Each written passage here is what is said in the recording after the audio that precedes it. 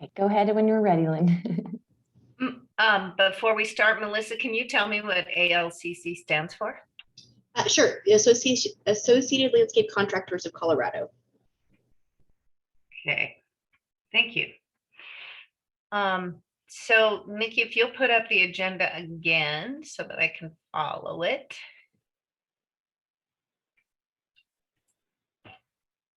Okay, yeah, Becky and I have been working with instructors to get ready for our third year of the Arborist Apprenticeship. Trying to take into account a lot of the information that we pulled from our instructors and from companies on how to schedule. It really comes down to, although I know instructors and learning would probably be a little bit better if we had 2 4-hour sessions. It really works better for our employers and people traveling for us to still hold those 8-hour sessions with students. So we're still going to continue with that. The good news is that many of our programs are not lecture heavy. Most of them include hands-on learning. So students are not sitting listening to lectures for 8 hours. We did have some challenges with our tree climbing ending up in March, which is the snowiest month of the year in Colorado. So we're trying out possibly moving our tree climbing and aerial work to November, December, but checking that with our instructors to make sure that's going to work for them. Kind of interested in feedback from employers if that makes a difference, if we have the tree climbing first and then move into more of our pruning and tree information. The other thing we want to do this year is have a orientation session, because I think we'd really like to pull all the instructors, the employers, the students, and the journey workers together to kind of go through what apprenticeship is, what you should expect for the year, what kind of equipment will be required, how we handle snow days and that kind of thing all together.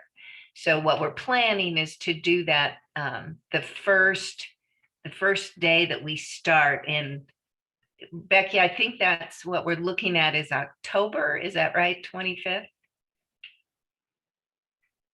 Well, I'll let Becky double check that schedule, but what we do is that run the first couple hours of an orientation session and then start class at 1 that afternoon and go from 1 to 5 that afternoon. Yes, Lynn, it's we're planning it for October 25th. Okay. 8 to noon. Yep. Okay. Thank you.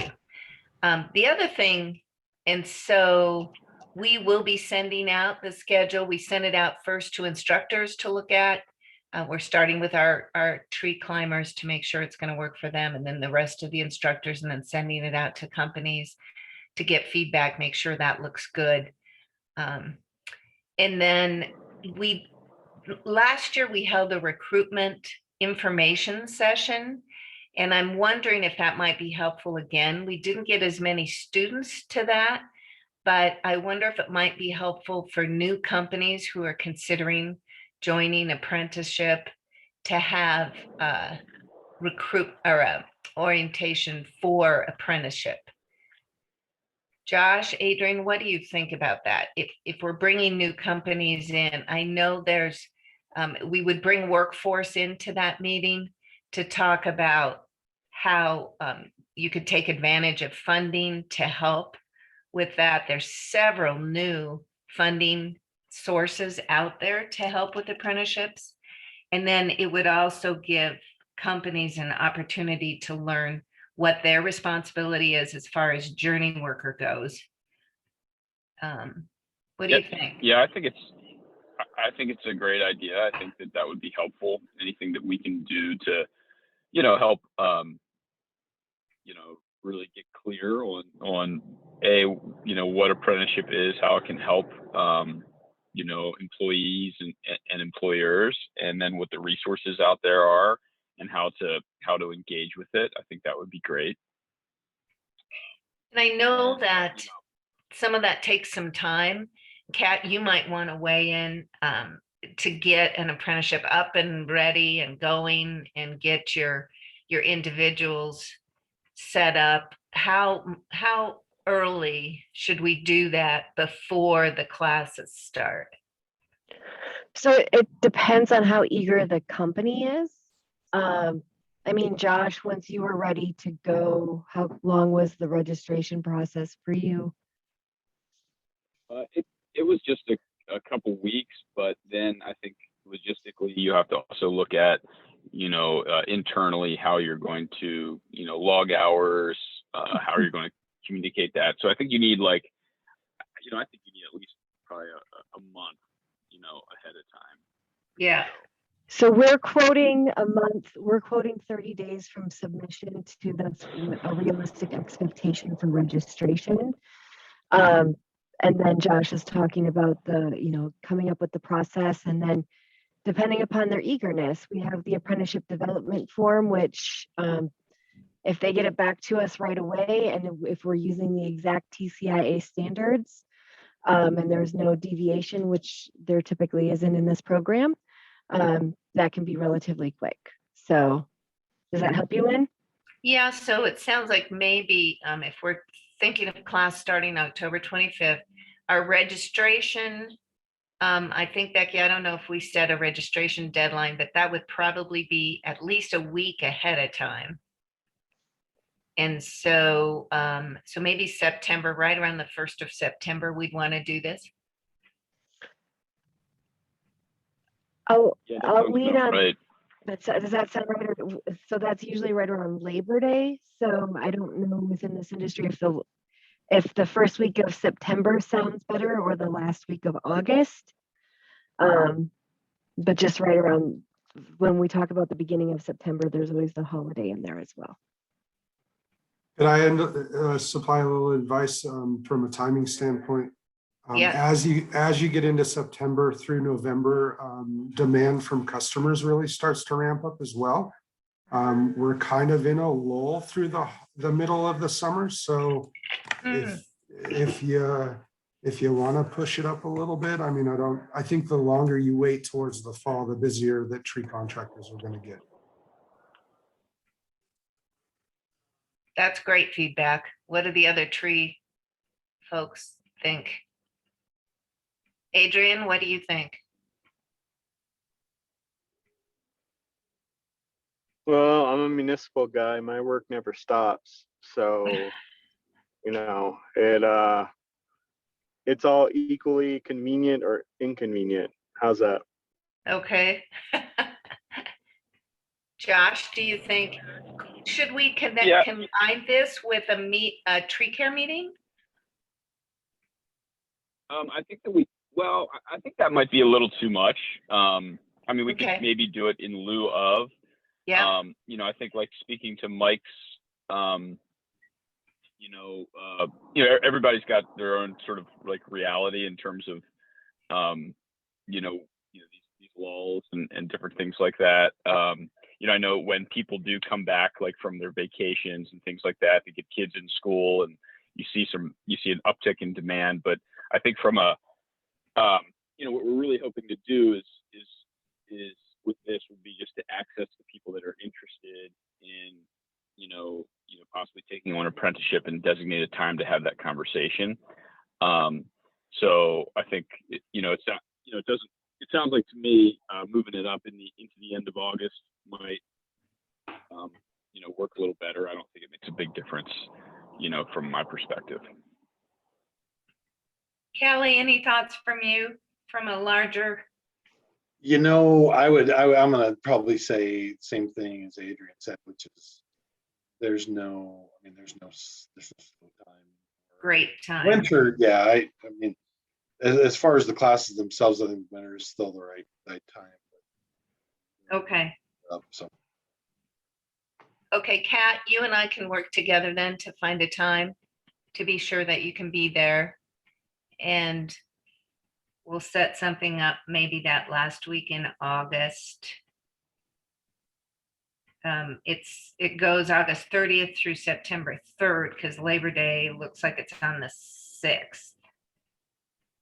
So maybe that week before Labor Day. That would be September 2nd would be a Thursday. I can be open on that Thursday, or if you want to look at another day that week sounds great for me. Okay. Josh, does that work for you? Are you able to look at a calendar? Yeah, I'm looking. I think that'll work. I believe that'll work right now. Yeah. Josh, you're Okay. cutting in now. I don't know if maybe it's just me, but, What'd you say, Kelly? I didn't hear you. oh, I couldn't hear Josh's answer. Yeah. Oh, I'm sorry. Yeah, that works. Can you hear me? Yep. Okay. So put it would on. you do that by Zoom or how would you offer that? Yeah, I think Zoom, unless somebody else wants to weigh in. I think it's important that we make it convenient for employers to be able to attend. So can you just double check? We'll check Amanda and I schedule too. Yeah. That is the Thursday before Labor Day because Labor Day falls on September 6th. Right. So just that, well, I guess we'll double check the timing and make sure that that works for us too, since we would be hosting the Zoom. Yeah. I also have a Zoom account. We can use since it's for apprenticeship growth reasons. I mean, we'd love to have you there anyway. Is this the best time? I know that obviously we've chosen this time. We've had this time as the sector partnership, but if there's individuals who aren't attending, is it because of the time? Is there a better time of day that's better? I mean, I currently have the entire day that I could choose a time for. I don't know about Lynn's schedule, but Yeah, I do too.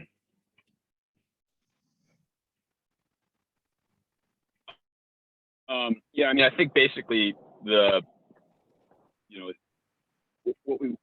we'd love to have the conversations with, or someone like Mike, like yourself, who has a company that's not yet engaged with Arborist Apprenticeship.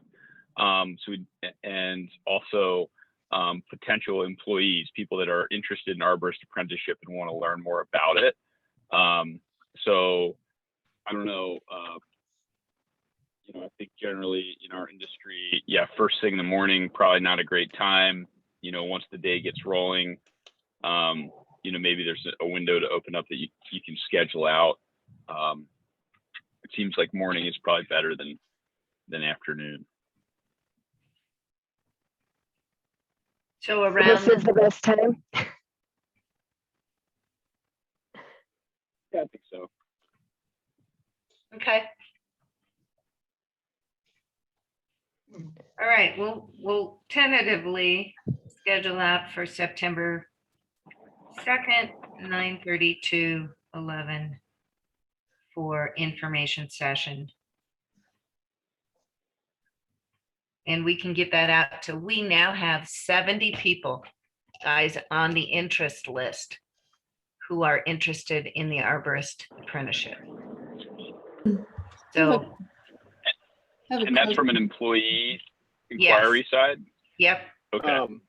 Can I interrupt here before I get off?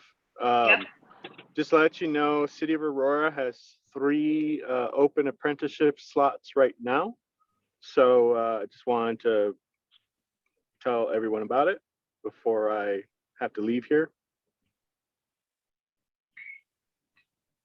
Cool. Thanks for sharing that, Adrian. So it sounds like you've got 3 openings that you could fill, that you would also be able to enroll in the apprenticeship program, and you're looking to hire.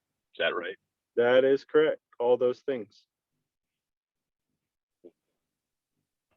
Are you Adrian, are you receiving a list of potential apprentices from Nikki or Amanda as we get an interest list, or are we expecting those potential employees to contact you directly? This is Becky. It's both. I can resend the list Adrian, to you. It does include city, so you would be able to see who's in your region. And I'll send it to all employers who currently have a active registered apprenticeship program. All right, just, you know, because I'm a city, I can't just hire people. They have to actually apply through the city website. So as soon as I get that, I see that up on the city website, I will forward it and, you know, just so it's out there. Great. So we'll do both. It sounds like we'll send out the list. Nikki, I don't know if you send that out on a regular basis to employers or what, how often that goes out there, but this list comes from an interest button on our apprenticeship website, our Arborist apprenticeship website through the college. And so we keep a list of all those folks, send them an email and send them a list of all the companies. Well, we send them the website, Colorado Tree Care Sector website, so that they can go and look at the employers who are engaged in apprenticeship. But then also Nikki is continually, I think, sending out the, how often do you send that out, Nikki, the Excel It's, spreadsheet? Well, I have not been downloading it as an Excel spreadsheet. So employers, if that is something that is important to you, let me Alright. know. But it's a Google document, so it's a living, breathing, always updated document. So I do send out the link to it, and can continue to do that in every communication that I have. But today I will send out a specific email to the employers just so it's top of mind and top of inbox. And we'll, go ahead. I was just going to say, just as a case in point, I received an email this week from someone that had, found about Arborist apprenticeship through Front Range Community College, and was inquiring about a position. So, the loop is working, right? Like, so just as a case in point there. Great. We'll plan to invite all those people on the list to the interest meeting on the 2nd. And then we'll invite all the employers as well. So Lynn, can we circle back? Because I heard two different things before we set the date, and I just want to confirm. When we were setting the date, I thought that was more specifically for employers that were interested, because what I heard at the beginning, and maybe it was just me, was that it was two separate strategies. Because I know last time we did it together, and I just wanted some feedback on how that went or whatnot. There might be some other opportunities for other ways that workforce might be able to support. And this is where I don't do all of the other workforce things, but they do have like Premier Virtual. So there could be like if you're choosing an online format, it could be a 100% online job fair where it's not just your apprenticeship opportunities, but you could be promoting any opportunity within your organization that's related to it. It could be specific to the apprenticeship, but just trying to get more job seekers interested. I'm just not sure if that format of everybody together, and that's where I thought we started the conversation, and then we went back to everyone together. So I just wanted to make sure that that if I was the only one confused, that we're just good with doing everyone together. But I just wanted to touch base there. But there are some other resources as far as recruitment events and styles that they could go for job seekers. And we could definitely invite the list of 70 candidates that have expressed interest. But there are some other ways that could work out. So I was waiting for that piece. I thought we were just talking about employers. So I just wanted to throw that out there. I know last time it was combined. Yeah, last time it was combined. We sort of had, this experience of, there was just a couple, potential employees that were actually able to attend, via Zoom. And so, I think the assumption was that we would do it combined as well again this time, just to see who shows up. because it's a bit of a question. So I guess it sounds like, Kat, from a, if we took this on as a larger or a more focused strategic, like recruiting and orientation perspective, there's some resources within Workforce to do that. We're talking about kind of pulling that together within the next, month and a half. Yeah, the typical So, lead time for an event is 6 weeks or less. Workforce pulls things off for employers. It's based on their schedule. I will say that a conversation I was in yesterday with statewide business services leadership, business services leaders, there is a conversation on how well certain occupations do online versus in person. So that might be harder to, like, we could be hosted at Front Range, at least for Denver metro area individuals. And then if, there's other ways that we could help promote, and maybe it's you're hosting something in your area at the same time if you're a little bit further away. But there is that also that thought of, is this the right occupation for an online information session for job seekers? Gotcha. So that Yeah. that was a conversation not about this occupation. It just happened to all fall into this. So. Yep. I guess I would put the question out to everybody else. Like at this point, it seems to me that, probably, just doing it online again is probably maybe the default way of doing it. I don't know if anybody else has any strong opinions about that.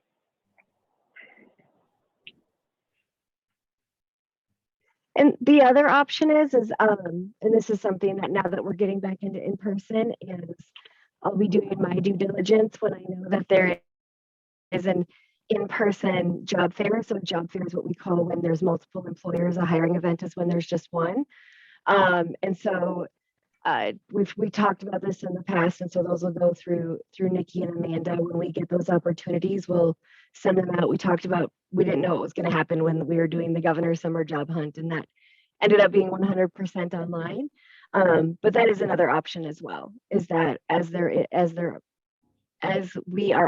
workforce centers are offering more in-person events, you can pick and choose what to attend, and then you may be the only arborist there, or maybe the sector partnership wants to attend as a and however you would, like, however it's decided. There's just other options. I just wanted to share that, and we are getting more options now that we're coming out on the other side. So. Gotcha. Cool. Well, I appreciate that, Kat. I think at this point, it seems to me that we should probably just move forward with what we already have in place from an interest list, and maybe there's a way that maybe we should just make sure that we have on that call. Well, I think in the past, Workforce was present for that session. I think we should just probably run with what we have, is my sense. Oh, you can't. I just put my thumbs up. You can't see that. I forgot you're on the phone. Is there a way, Kat, to sort of segment? So maybe the first half, because there is some general information about this is what an apprenticeship is. Last time I had a couple of the instructors just talk about what the profession is kind of like and what they teach in the apprenticeship.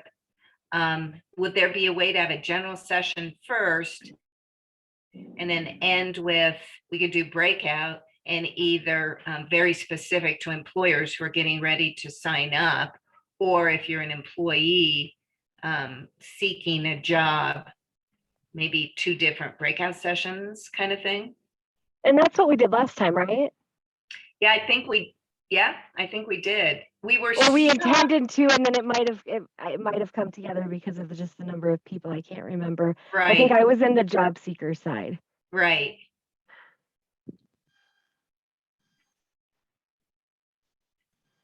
Yeah, and I think there's no problem with us recording it, Nikki. That's a great idea.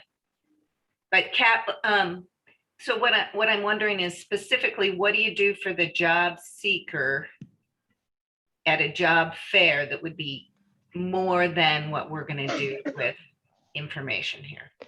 It's that direct connection to the employer. So it's a job fair. So whether it's virtually or in person, you as the employer are connecting with that job seeker. And it's more in a private setting, right? Like, so I'm connecting with you instead of here's all of us that have decided to attend the call. And so that it's taking out the interest list and the steps, and you're just directly connecting. So we have a system called Premier Virtual. So they would be able to go to each different online booth, and that recruiter is the person manning that online booth. And then it's just like a traditional job fair.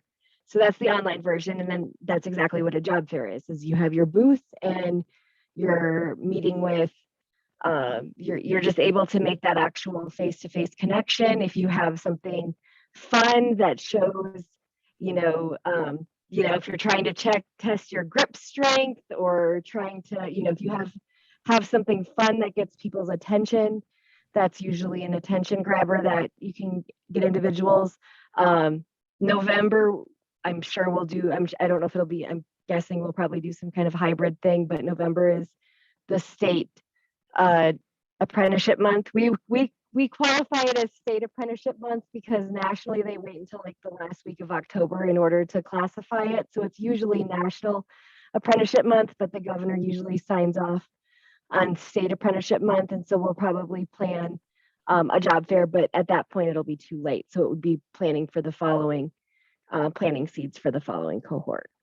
Right. So do you think that we could end the meeting, start with an information session and then end with that virtual job fair? Oh, yeah, that would be really cool. Yeah, we could just end that way, and that way students could, or potential students / employees could match up with employers who are there. Yeah, absolutely. I think, Josh, do you think that sounds okay? Yeah, I think that sounds fine. I think that could work. What would be I think that, oh, sorry, Josh, go ahead. no, go ahead. I was just going to ask, what would be the number? So like Adrian came and said, I've got 3 positions.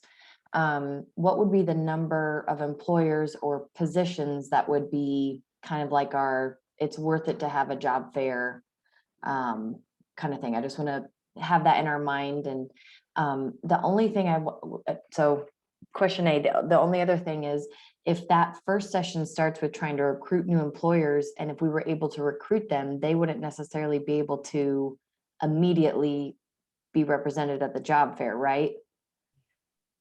Yeah. Right. So you mean they wouldn't have an apprenticeship set up, Nikki? Right. But they could still talk to employees. But they wouldn't have, their booth wouldn't be set up. It's not Oh, I get it. If they're I'm not just, sure. I know that there's been some updates, and I know it can be fast, but I'm not comfortable saying it can be an immediate thing. but they could, what I was thinking is they could still set up a booth as an employer. They may not have an apprenticeship set up yet, but they could certainly register as an employer and set up a booth as an employer. Yeah, and we could have a way to signify those that had a registered apprenticeship and those that weren't yet, and then just support the industry as a whole. Mm-hmm. They may just hire even outside the apprenticeship at this. Right. And I think just, remember, like Nikki's question too, which is, remember, I think like the context of this, we're like 6 weeks away, right now, I don't know, Kelly, if or Tammy, you have a sense, but like, I think who's here, right? And, St. Patrice here, Adrian's here, I'm here, Mike, you're here.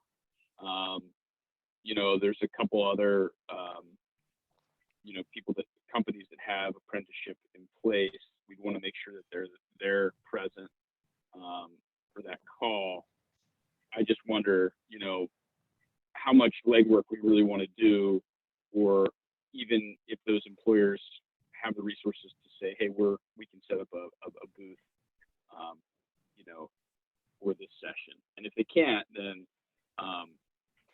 you know, So if they're not able to be there, they could, I believe that they're, and I was gonna check on this because before I said it completely, but I believe that they could still have information up and they could still have a way, there is still a way for candidates to submit interest directly to that employer. And the setup isn't, once again, our business services, this is what they do a lot of, is setting these events up. And so they do the legwork. And I mean, you are setting up, it's like creating like a social media profile, a little mini social media profile specifically around your opportunities you have available. But the platform Premier Virtual has made it they've made it pretty easy. And I haven't seen the latest updates, but I hear that they've made it even simpler than it was when I saw it a couple months ago.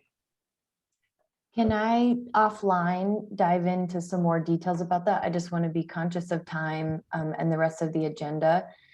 Can we move forward with, for sure, September 2nd is that recruitment info session for new employers and combining that half and half as you were discussing, and then maybe over the next week, gather information and then make a decision about the job fair portion potentially? Absolutely. Okay.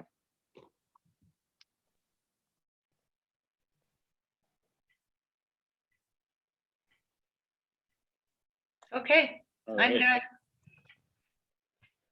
Thanks everyone for your contributions to that. Thank you, Lynn and Kat for keeping us focused on that, and also, you know, helping us to, you know, stay focused on what we're really trying to do here from an employer side, which is to recruit and retain and grow employees. So yeah.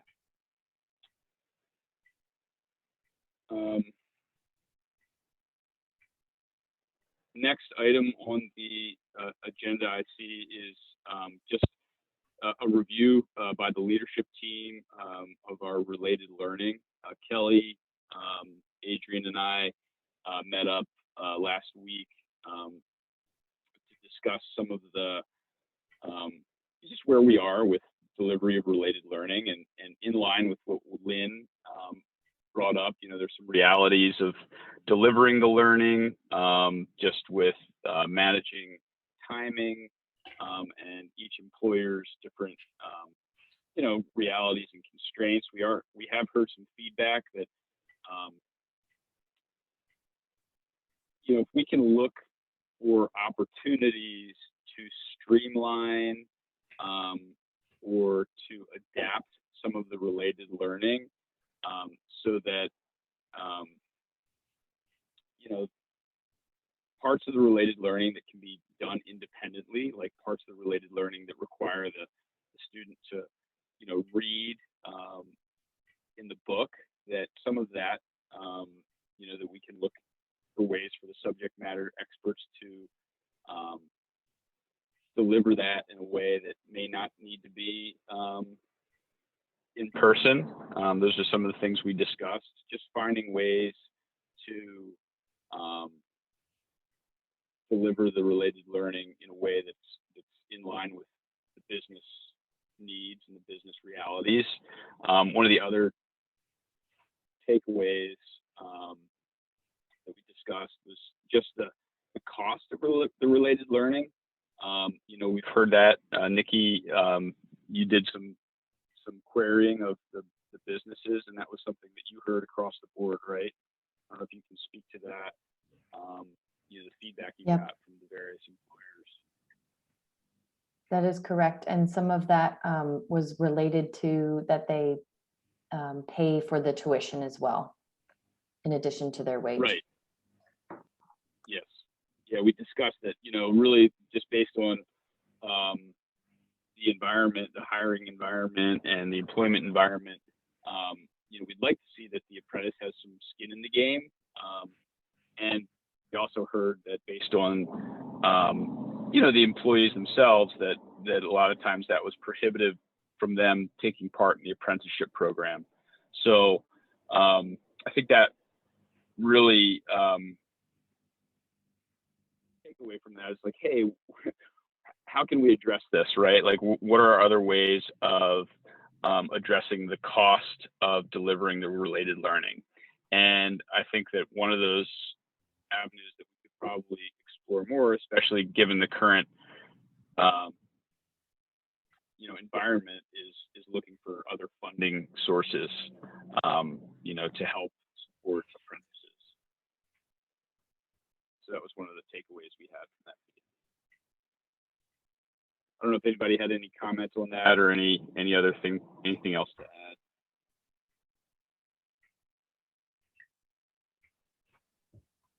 I think Kat, that's I good, don't Josh. know.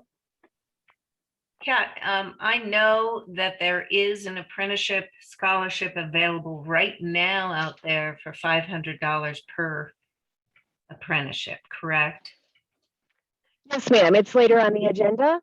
Okay, And I have the flyer to share as well. I can show it on the screen, but for new apprentices, there is a $500 scholarship that's available, and that is offered it's done through the workforce centers.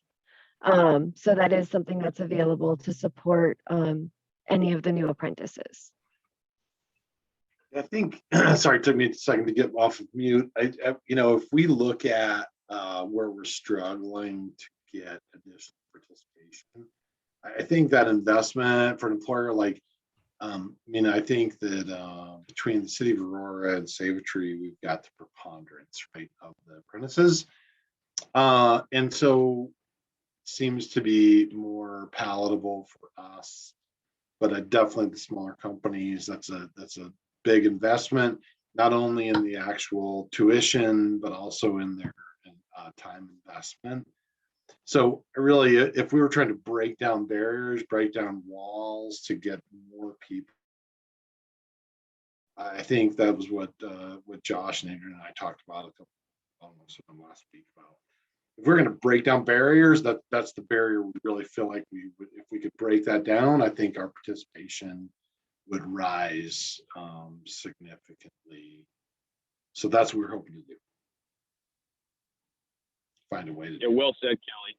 Yeah, I think that's the shift that needs to happen with the model, right? Is to open this up. Is we need to find a solution there that it's going to allow us to engage with more people.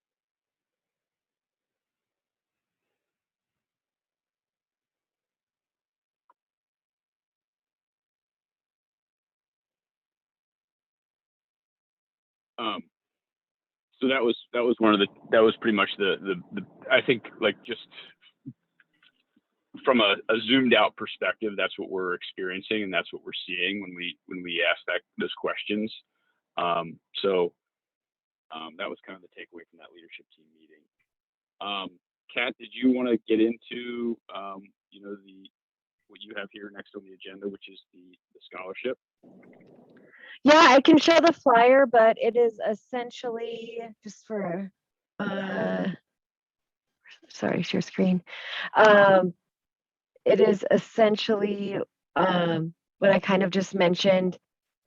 So I'll make sure that this gets emailed over to the ladies, and it's sorry, it's really zoomed out. So, but it's available for any new apprentice, and it's a scholarship for up to $500. So that could definitely be used to offset the related instruction. And that would, since they're working with workforce, it would be paid directly to Front Range Community College. So it would directly decrease that individual's tuition that the employer would be paying. And then they would just connect with the backside has all of the local areas. Most local areas, they can choose to go wherever they want. They can go where they live. They can go where they work. It is a minimal amount of paperwork. Once again, it's a scholarship. So we think we've used that language because we think that it's about what you would expect in order to be able to receive that in return. So, Nikki, Amanda, I think one of you was on the meeting. I don't know if I missed. Oh, sorry, Josh. That's okay. I didn't mean to interrupt. I was just going to say, in terms of process, if you know, it's important that, correct me if I'm wrong, but that you know, right away when you have interest from the apprentice, that you put them in touch with the workforce center. You know, that matches with where they are, just to make sure that they're in the system. Is that right? Yeah, so if you, the concept is that you can give them this flyer so that they have a tool when they want to mail it or email it or give it to them as a person. You could also, if you are in a specific area and you would like to set up a relationship, I can definitely set up I can connect you with a business services. So this is the job seeker contact that's listed on here. So anyone that's interested in building a specific relationship with the business services team in a specific area, I can definitely connect you there. And it's, like I said, it is a minimal amount of paperwork. It's not as much like, oh, have they been employed or whatnot. It's just if they're entering the apprenticeship. So we used to have a little bit more qualifiers, but we do have a little bit more time, a little bit of discretion in that, a little bit more than we did last year. If one of the shops has a current employee that would be a new apprentice, would they qualify for this? Yes, funding? ma'am. Great. It's going to go based on the ETA 671 date. So when they sign the apprenticeship agreement, that's going to be the date. So if you are putting people, you know, giving them front loading their OJL, for example, Rachel, we can see what we can do.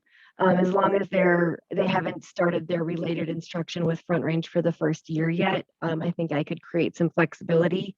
I might have to get involved a little bit, but we could definitely, the goal is definitely a new apprentice. So if they're starting their first year with Front Range, then that would definitely be a new apprentice. And with this And you've just scholarship, recorded me saying that, so you have it on record. and with this scholarship, Kat, they don't have to, it's not like the other funding with workforce. They don't have to have applied before they get hired. Not before they get hired, correct. Now, if they apply before they get hired, they might qualify for a lot more. And Lynn mentioned more money coming in. We know there's money coming in. We have no idea. We know it's earmarked in some way for workforce, but that's a big earmark, and we haven't. It hasn't trickled down. So I'm not holding anything, but I'm not holding anything behind my back. We don't have those other monies available. There might be more by the time we have this program in place. They may have different qualifications. It may be looser, it may be stricter, but what I can speak to right now is what the requirements are for the $500.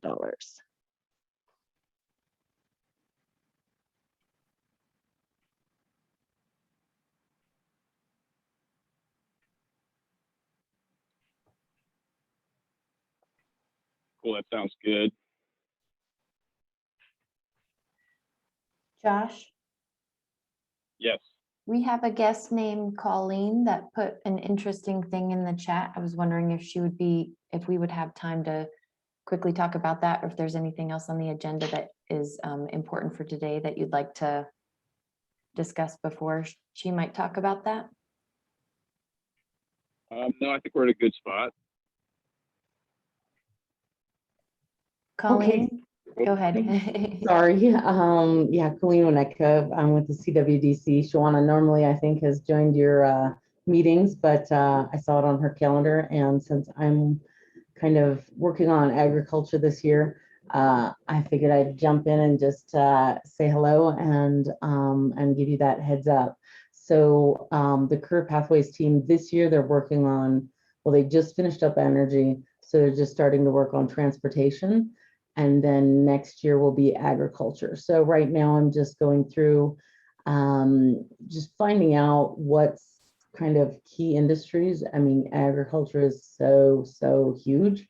And I honestly didn't even think of your tree care partnership initially as part of ag. And I was like, oh, stupid, that's totally forestry and stuff. So yeah, I just definitely wanted to let you guys know that that is an upcoming career pathway thing.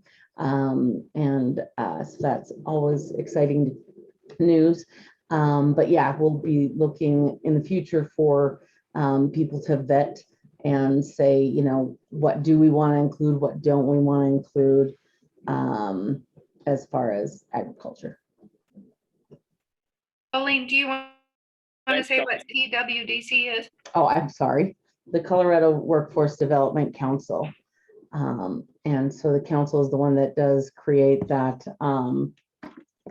career pathway program on the My Colorado Journey. And yeah, we definitely support all the sector partnerships. We put out the Bridge and Growth grants. So we definitely wanted to let you guys know.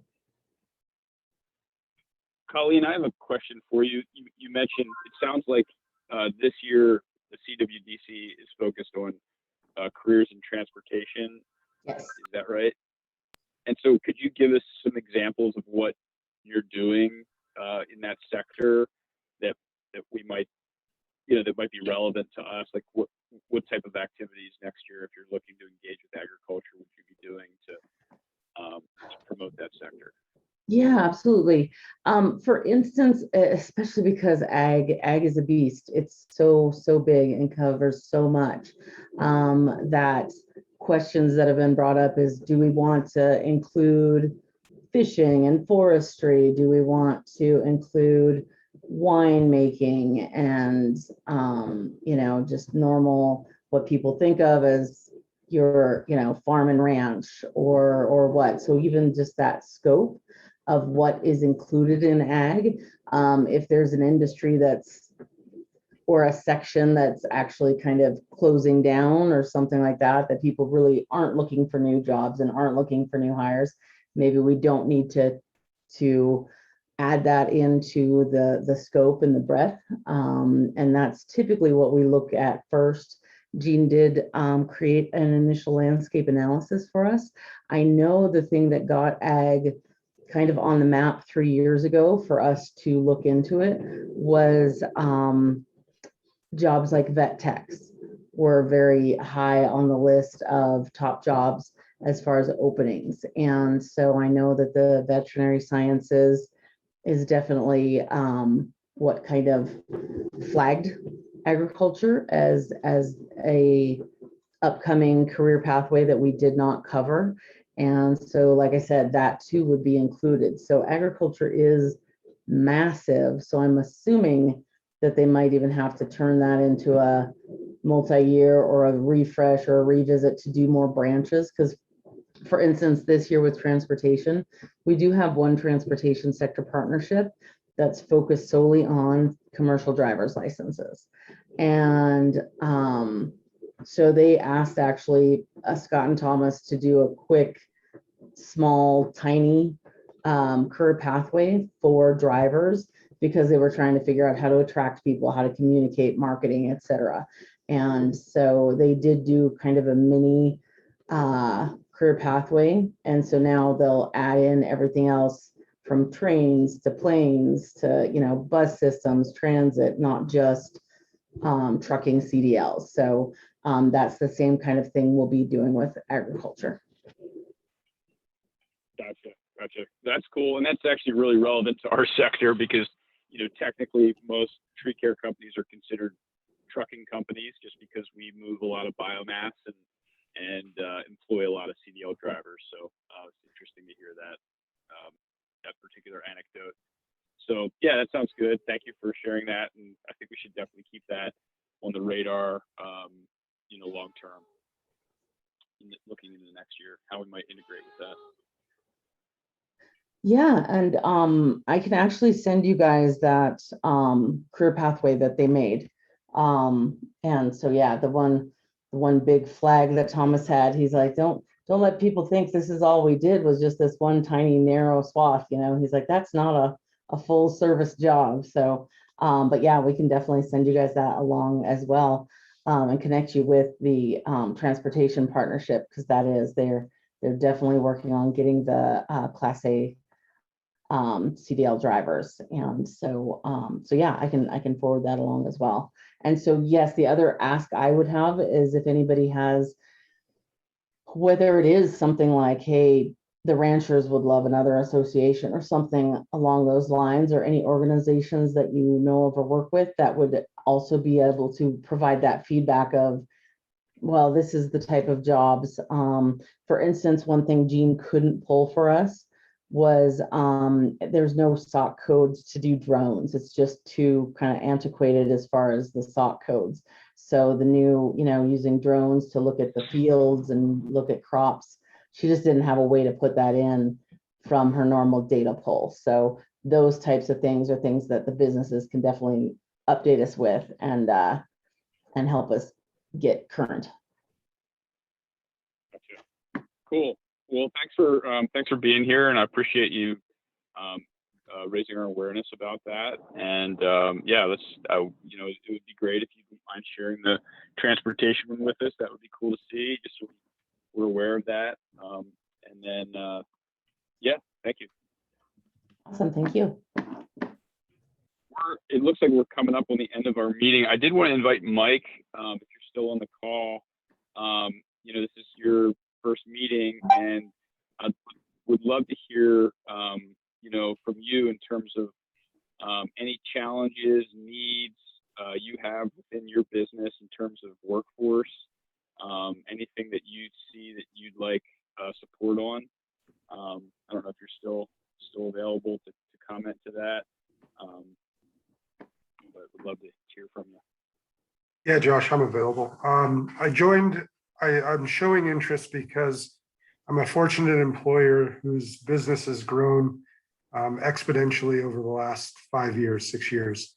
And retention is high, but demand is even higher. And so as I continue to navigate this pathway, I simply need to be introduced to more people from a vocational standpoint. And so when it comes to what we've created in-house, I believe that I'm part of the TCIA. I'm an accredited company here on the Western Slope.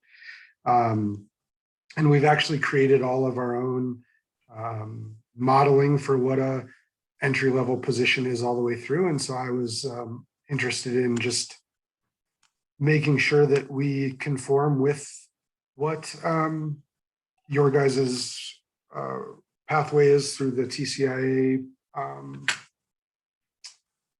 the Tree Care Apprentice Foundation that you guys are probably modeling after. And then just making sure that, we continue to introduce. I mean, I hired 12 brand new employees this year, and 11 of the 12 are working out. And so, but I'm already forecasting my my college students to go back to college in the next couple of weeks. And so, and the other part of my business that I think is different than a lot of tree care folks is I also have a lot of government contracts that bring us out of Eagle County. And so a whole nother avenue that I'm able to introduce in the green industry. Cool. Well, and that, so it sounds like you have, you've developed career pathways for your arborists that line up with the TCIA Tree Care Academy and which also lines up with the apprenticeship model. And so it sounds like you'd like to maintain alignment with that. Are you interested, or do you see an opportunity? I don't know, do you want to implement registered apprenticeship at Gold Growth? Is that something you'd be interested in the future, or that you're contemplating? Just kind of curious. Yeah, that was the primary reason to reach out, is that in the past with the ALCC and sitting, on the board back in the day with the Rocky Mountain Partnership when I was in the landscape side of the industry, is just recruiting and making sure that individuals in the mountain regions have the same abilities as those in the Front Range when it comes to what's the next step in their careers. I came out of a vocational high school through agriculture, FFA, and just opening up my eyes to what vocational work is. And as you go further west to Mesa State, you know, they have large trade school or trade programs down there in like welding and things like that. And a lot of the guys on the western slope, they see the earnings that you could make in the short term in a welding situation in the oil and gas industry and things. And I just don't think that the high schools in our regions, I don't think that we spend enough time cultivating and just communicating what the next step is for, or what is available for youth to even check out. And so as we've grown, I think that that's one area I really want to give back is just helping others understand that there are career paths in arboriculture. And I think that it would make sense for me to join up with you all to see if maybe we can start transitioning some of that into the mountain communities. Cool. Awesome. Well, I appreciate that context, Mike, and also just sharing your pathway. And it sounds like, you know, you see an opportunity and have an interest in raising awareness about our career path, especially in high schools out on the western slope, which all of that really lines up with, you know, the mission and the purpose of the tree care sector partnership. So yeah, I appreciate you speaking to that. Really glad that you're here, and hope we can continue to stay engaged, and would love to have your leadership, you know, at the sector partnership as well, and your experience. Thank you. And I would love to bring, you know, when it makes sense, and when, you know, even if it is this September or even into the off season, I would love to bring in apprentices. I mean, if it makes sense that you're receiving information from individuals that live in the high country already, maybe it makes sense. Cool. Awesome. Well, I think it'd be great to hook you up with Kat, and you know, and I'd be happy to have a further conversation with you in terms of, you know, what that would look like, or you know, how you could do that. So yeah, awesome. Perfect. Thank you. Cool. So I think we're about 5 minutes over. I don't know if anyone else had anything to add before we wrap up the meeting. I didn't quite get the chance to get to everything today. Nikki, did you have anything else, or do we have anything else we need to cover here? I think maybe just announce who is on the leadership team. Yes. So right now we have myself, Adrian, Kelly, and Tammy on the leadership team. We've also invited Randy Grady, who's been out on maternity leave. She said she is interested when she's back, and would like to stay updated on that. And we're also open if others are interested in being on the leadership team. We welcome participation there. I'll volunteer. Cool. Thanks, Mike.